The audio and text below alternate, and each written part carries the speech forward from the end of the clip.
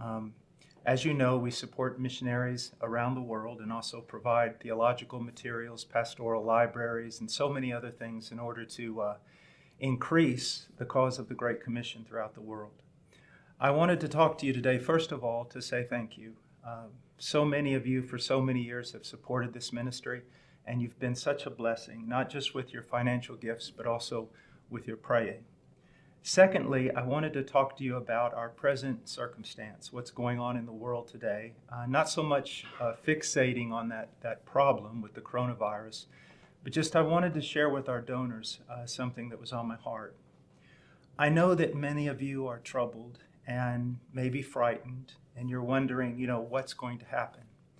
Well, none of us know exactly what's going to happen today, tomorrow, or 5 minutes from now, but we do know who God is, and that is very, very important. I want to share with you a passage of Scripture here. It's in the book of Daniel, and it's one of my favorite passages of Scripture, especially in times of trouble. And it's Daniel chapter 11, verse 32. It says, talking about a very, very vicious person in history, Antiochus Epiphanes. It says, by smooth words he will turn to godlessness those who act wickedly toward the covenant. But the people who know their God will display strength and take action. You see, there's something very important. A lot of times when Christians get into trials or difficult circumstances, they immediately run to the Bible and begin spending a lot more time in the Bible than usual. And that's a good thing, but it's not the best thing. You see, in order to prepare for trials, you and I must prepare long before the trial comes. We must dedicate our lives to studying the Scriptures and cultivating the mind of Christ, and especially dedicating ourselves to knowing who God is. Because in that we find our strength, in the character, the attributes of God. Let me give you an example. I meet so many people when they're passing through times of trials in which they're constantly asking themselves this question: what is God doing? What's happening? What is God doing? And it's almost as if they will not have peace unless they can figure out what God's doing. And that's not really the biblical way of approaching a problem. You see, I don't need to know what God is doing in the world if I know who God is. If I know that God is good and faithful and holy and righteous, I know that whatever He's doing, even though it's hidden to me, it will be okay. It will be the best. It will be the good for His people, even in the midst of suffering. You see, we must grow in the knowledge of God. I know there's so many people right now talking about the coronavirus and how you should do this and you should do that and spiritual principles for this and that, but it's really not that complicated.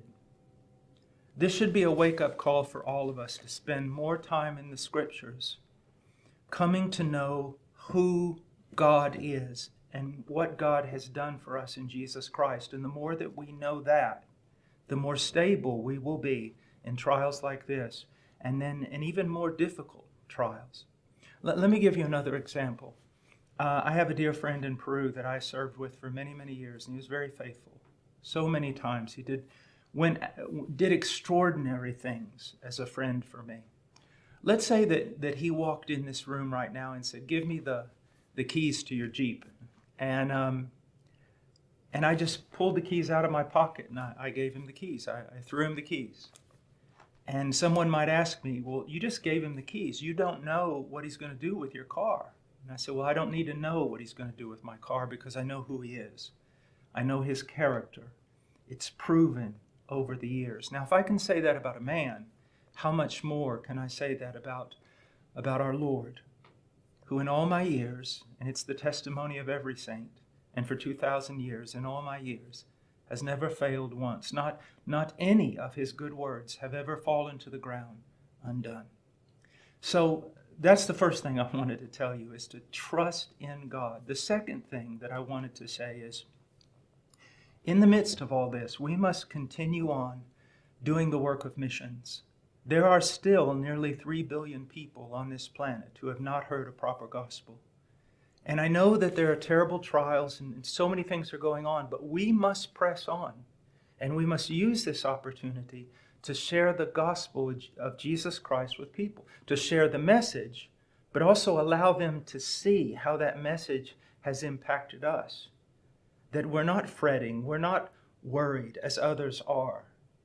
That we're not scheming, we're not seeking to gain everything we can to protect ourselves, but we're seeking to serve others.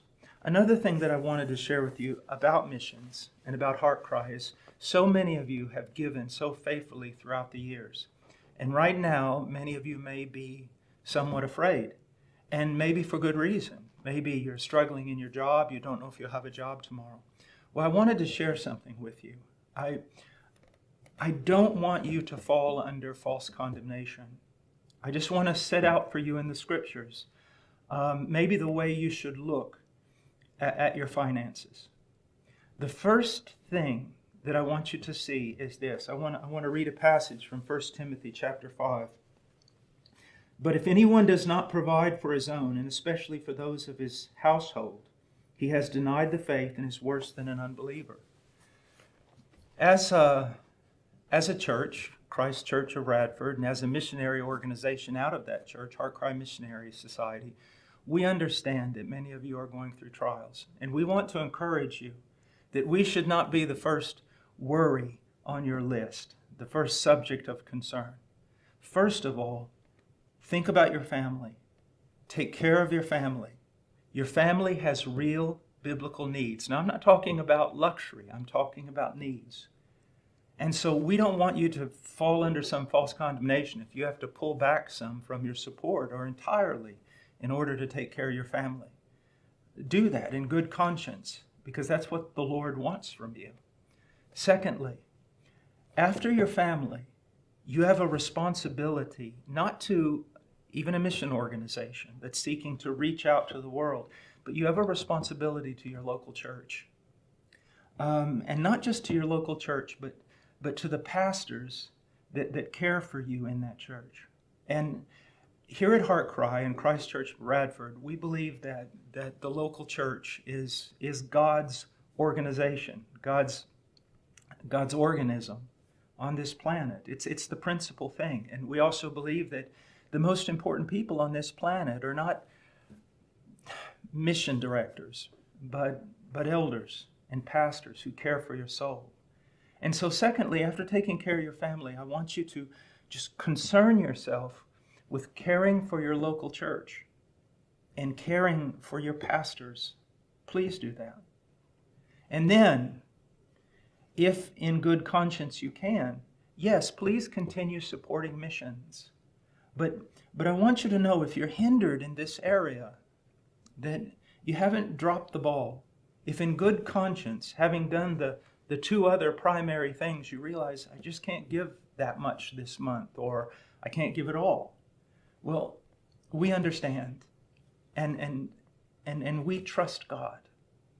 And we also trust in what the Holy Spirit is going to do through you. So just, brother and sister, be at peace.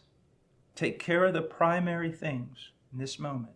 I want to read something to you that is part of our financial statement. And maybe it'll shed some light on why I'm saying these things. Every need of this ministry will be obtained through prayer. We may share our missionary vision with others and even make known to them the specific tasks that the Lord has laid on our hearts to do. But we may not raise support through prodding or manipulating our brothers and sisters in Christ.